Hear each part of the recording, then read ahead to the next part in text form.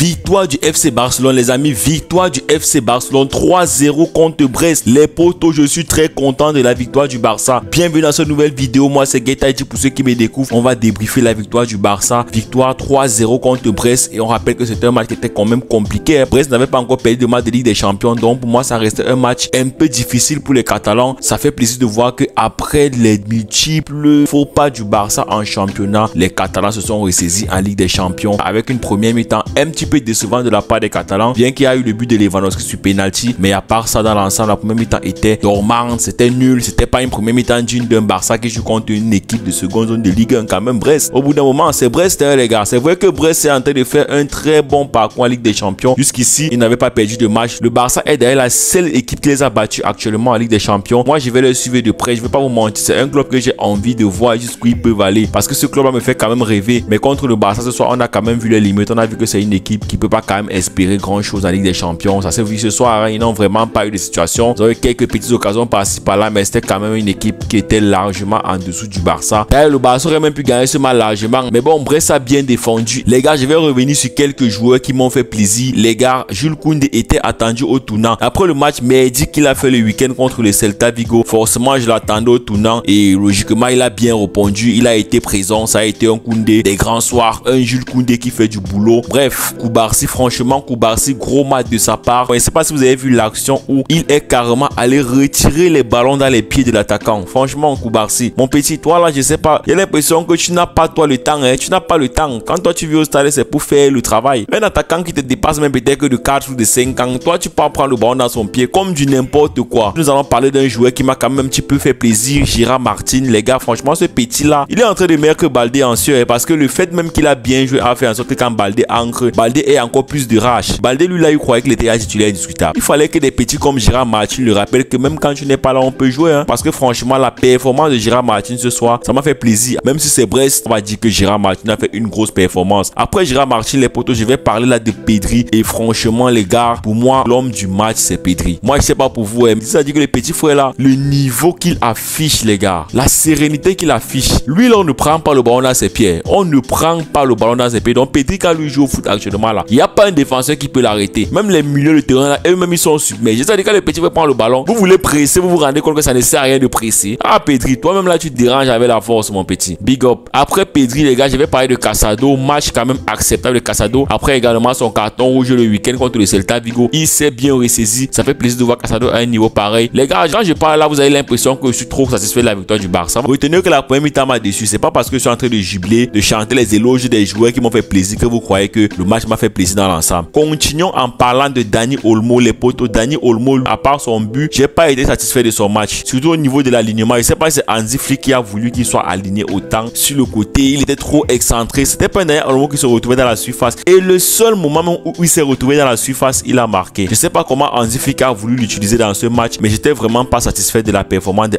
Olmo. Donc au bout d'un moment, il va falloir que Hansi Flick revoie son positionnement, parce que lui là, le fait qu'il soit trop excentré là, je suis pas d'accord. Lui, il doit jouer derrière l'attaquant. Olmo est presque un avant-centre, je vous le rappelle. C'est un milieu offensif, c'est vrai, mais il est presque attaquant, parce que lui là, c'est aussi un très bon finisseur. Utilisez-le bien. Après lui, je vais parler également de Rafinha, qu'on a vu qu'il voulait absolument marquer. C'est vrai, ça a été un gros match aussi de sa part, mais quand même, Rafinha, c'était quand même mitigé. On sait que lui là, depuis un moment, il aime les goals, donc c'est normal qu'il soit un petit peu individualiste de la sorte. Il a envie de marquer des buts. Ça fait plaisir de voir ça dans tous les cas, mais quand même satisfait dans la mesure où on a vu un joueur qui voulait absolument marquer des buts et qui avait faim, c'est-à-dire un joueur qui joue à 100%. C'est ce que moi je demande aux joueurs catalans. Et aujourd'hui, on va pas se mentir, après le deuxième but, le Barça n'a pas baissé le but, ils ont continué à jouer énormément de l'avant. D'ailleurs, ça a payé en fin de match avec le but de Lewandowski. Et pour ce but de Lewandowski, je vais saluer là les remplaçants, parce que oui, on a vu une rentrée de Gavi en force. Lui là, quand il entre, il vient seulement tout gâter. Baldé, la rentrée de Baldé, c'est qui t'a joué en quelques minutes les potos. Voilà, dans tous les cas, ils n'ont pas eu beaucoup de temps de jeu, mais ça suffit pour marquer un but. Voilà, les amis, on va pas être assez long dans cette vidéo. C'est une vidéo à chaud où on est quand même satisfait de la victoire du Barça contre Brest. Match important pour la Ligue des Champions, parce que c'était deux équipes qui étaient quand même